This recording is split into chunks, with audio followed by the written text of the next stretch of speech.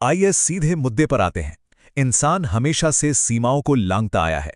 आज के इस विश्लेषण में हम मानव अनुभव के उन दो बिल्कुल अलग लेकिन बेहद चरम मोर्चों की बात करने वाले हैं जो आपको सोचने पर मजबूर कर देंगे।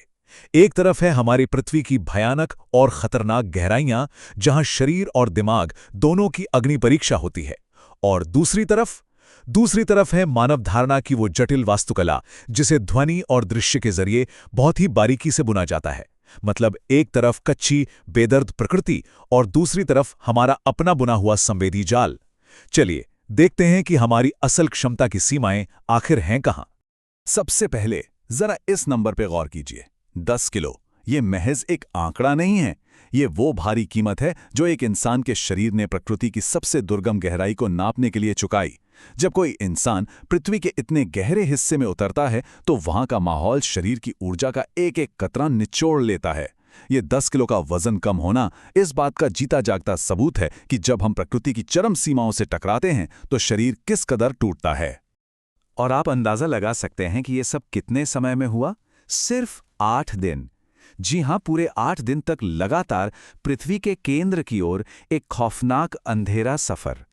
सतह के नीचे जहां दिन और रात का कोई मतलब ही नहीं बचता, वहां समय का पूरा एहसास ही बदल जाता है।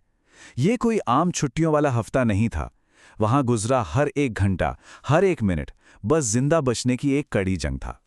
तो इसी के साथ हम आते हैं मानव अन्वेषण की चरम सीमाओं पर, खास तौर पर रूही सेनेट के उस डरावने अभियान पर जिसने इन हदों को पार किया।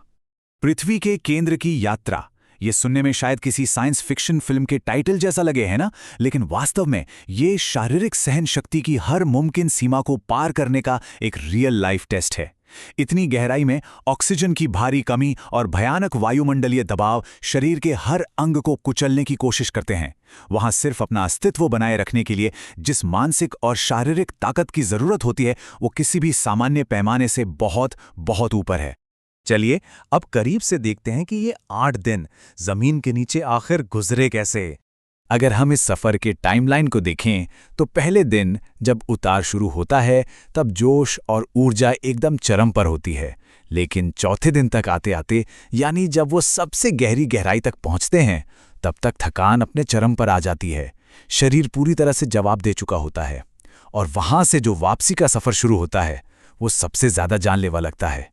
8वें दिन जब वो वापस सतह पर आते हैं तो वो सचमुच किसी पुनर्जन्म से कम नहीं होता। ये पूरा सफर धीरज की एक अंतहीन परीक्षा है।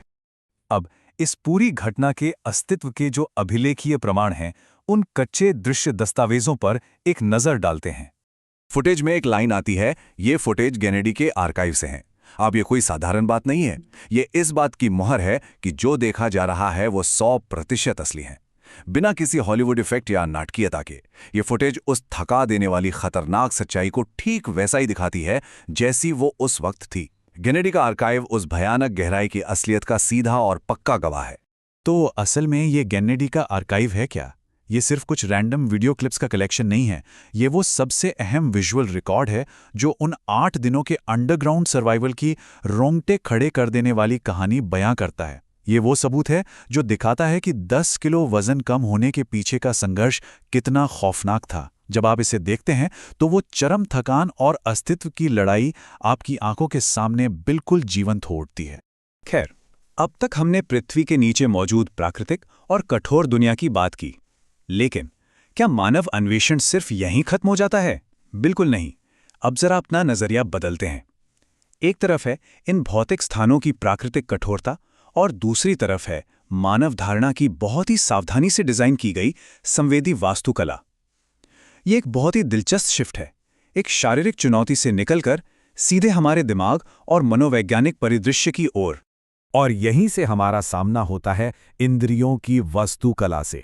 इस निर्मित वातावरण या आर्टिफिशियल एनवायरनमेंट के मुख्य हिस्से आखिर क्या हैं? देखिए, सबसे पहले आता है श्रवण वातावरण, यानी वो ध्वनि जो किसी भी जगह को एक खास एहसास देती है। दूसरा है दृश्य डिजाइन तत्व, जो हमारी आंखों के जरिए हमारे मस्तिष्क तक जानकारी पहुंचाते हैं। और अंत में आती है निर्मित धारणा, यानी इन दोनों को मिलाकर जो एक बिल्कुल नया मनोवैज्ञानिक अनुभव पैदा होता है। ये वैसा ही है जैसे हमारे दिमाग को एक नई वास्तविकता में ले जाया जा रहा हो। इस इल्यूजन को परफेक्ट बनाने के लिए ध्वनि और दृष्टि का सटीक संश्लेषण कैसे काम करता है, आइए समझते हैं। आप इस बैलेंस को इस तरह समझ सकते हैं। एक पूरी तरह से आकर्षक संवेदी अनुभव बनाने के लिए साउंड स्ट्रक्चर और विजुअल आर्किटेक्चर के बीच एक बहुत ही नाजुक संतुलन होना चाहिए। अगर बैकग्राउंड की आवाज़ बहुत ज़्यादा हावी हो जाए या सामने दिख रही चीज़ें बहुत विचलित करने वाली हों, तो वो पूरा अनुभव वही टूट जाता है।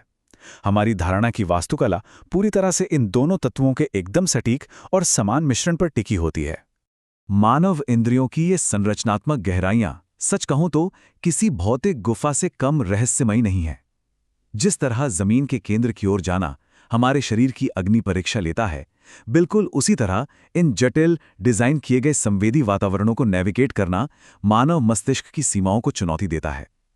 फर्क सिर्फ इतना है कि ये एक ऐसी यात्रा है जो बाहर की बजाय हमारे भीतर की ओर जाती है। तो कुल मिलाकर हम मानव अनुभव की दो बिल्कुल अलग सीमाओं के मुहाने पर खड़े हैं। अगर हम इन दोनों मोर्चों को आमने सामने रखें तो अंतर एकदम साफ हो जाता है।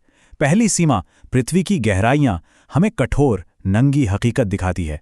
8 दिन जमीन के नीचे 10 किलो वजन का गायब होना और वो कच्चा बिना फिल्टर वाला गेनेडी का आर्काइव। वहीं दूसरी सीमा, हमारी धारणा, पूरी तरह से नियंत्रित और निर्मित है। इसमें स्थापत्य ध्वनि है, दृश्य डिजाइन है और एक सावधानी से बनाया गया वातावरण है।